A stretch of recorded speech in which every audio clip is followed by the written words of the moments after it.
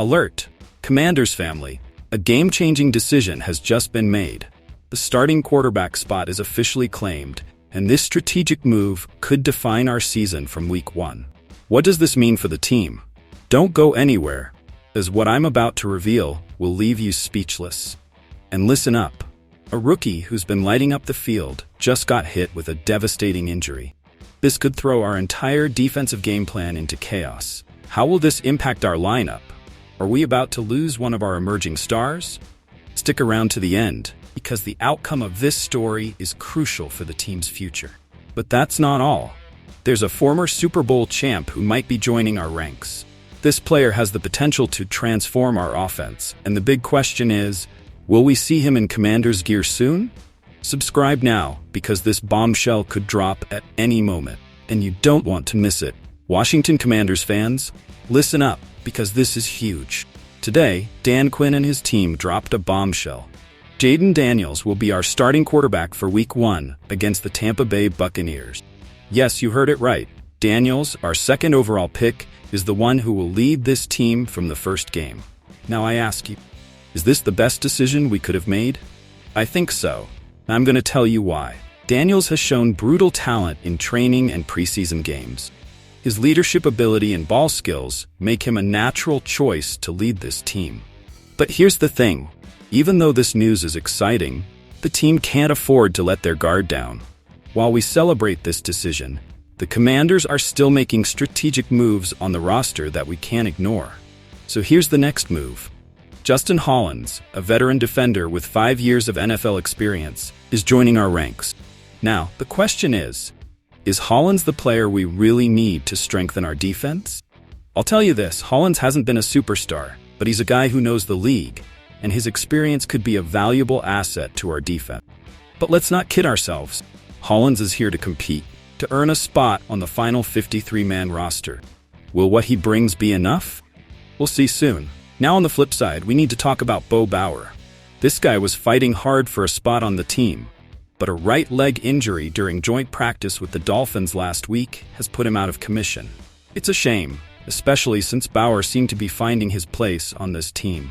But that's the NFL, folks. Injuries can change everything in the blink of an eye. Was the decision to cut him the right one? Now I ask you, are we losing a player with potential, or is this just part of the business in this sport? With only one preseason game remaining, the team is fine-tuning every detail to be in top shape for the regular season. Hollins has a unique opportunity to prove he deserves a spot on this team. But let's not forget about Daniels, because all eyes will be on him when he faces the Buccaneers in Week 1. To wrap up, I want to say this. Naming Daniels as the starter is bold and full of expectations. But with that boldness comes enormous pressure. Washington Commanders fans, we've got another piece of news that nobody wanted to hear.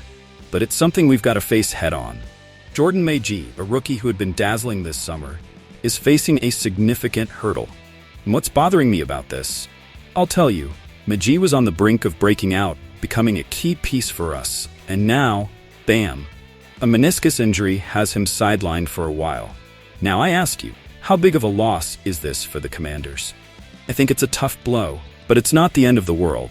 Look, every NFL team faces injuries during the preseason. Part of the game, but Magee, this one hurts.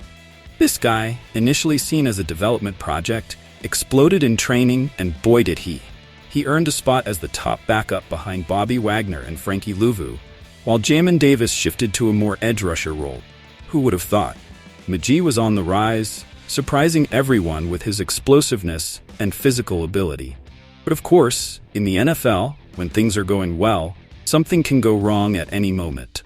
So what's next after this injury? Well, Dan Quinn made it clear. Magee underwent surgery to repair a meniscus injury in his knee. They haven't ruled him out for the entire season, but there's no set timeline for his return. And I'll tell you this, the long road ahead. But if there's one thing we've seen from Magee, it's his determination. And that's the kind of attitude we need on this team. The Commanders will likely place him on injured reserve to start the season. Yes, it's disappointing, especially because Magee worked so hard to get here. But all is not lost. Quinn is already adjusting the pieces. Davis could move back to the second defensive level on first and second downs, depending on the lineup. And of course, players like Anthony Pittman, Michael Walker, and Keandre Jones might see increased playing opportunities. And don't rule out our GM, Adam Peters, bringing in another linebacker from free agency if the right opportunity comes along. Now let's talk about the positive side.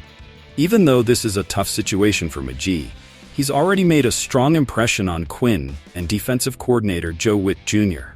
The way he performed in training didn't go unnoticed, and that means that even if it takes time for him to return, Magee has a foot in the door.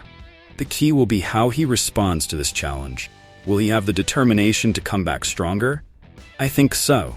That remains to be seen. Right now, everyone's talking about a potential move that could shake up our wide receiver room. Should we sign Juju Smith-Schuster?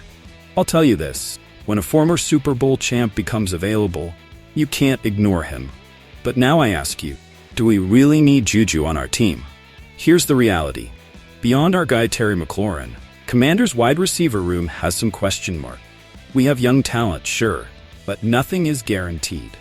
And when I see someone like Juju, a guy who's made a Pro Bowl and won a Super Bowl with the Chiefs, I ask myself, why not give him a shot? Now, does that mean Juju is the perfect solution? I think that's the big question here. Because honestly, his last season with the Patriots was, well, not great. Only 290 receiving yards. Is that what we want to add to our team? But I'll tell you something. Just 2 years ago, Juju had 78 receptions for 933 yards. That's the Juju we want to see in Washington. So here's the deal. Juju needs a fresh start, and we need to give Jayden Daniels every tool possible to succeed. I ask you, wouldn't it be a great move to give Daniels a veteran target, someone who's been there and done that, especially in key moments? Yes, Juju could bring that experience and playmaking ability in clutch situations.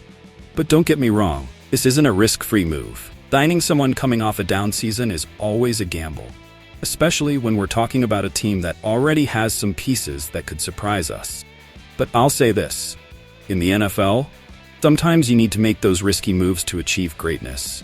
And Juju, if he finds himself in the right spot, with the right system, and most importantly, with the right motivation, could be the spark we need. Now, I want to hear your thoughts. Is Daniels ready to be the leader this franchise needs from day one, or are we taking too big of a risk? Drop your comments below and share what you think. And what about our defense situation? How do you think this setback will affect our performance in the upcoming season? Are we ready to face these challenges, or do we need to bolster even more? I want to hear your opinions in the comments. Also, what do you think about the potential addition of Juju Smith-Schuster? Should we add his experience to our team? Or do you trust more in the development of our young talent? Let me know what you think, and let's keep this conversation going. This is your space, and your voice matters. And before you go, I invite you to be part of this amazing Commanders fan community.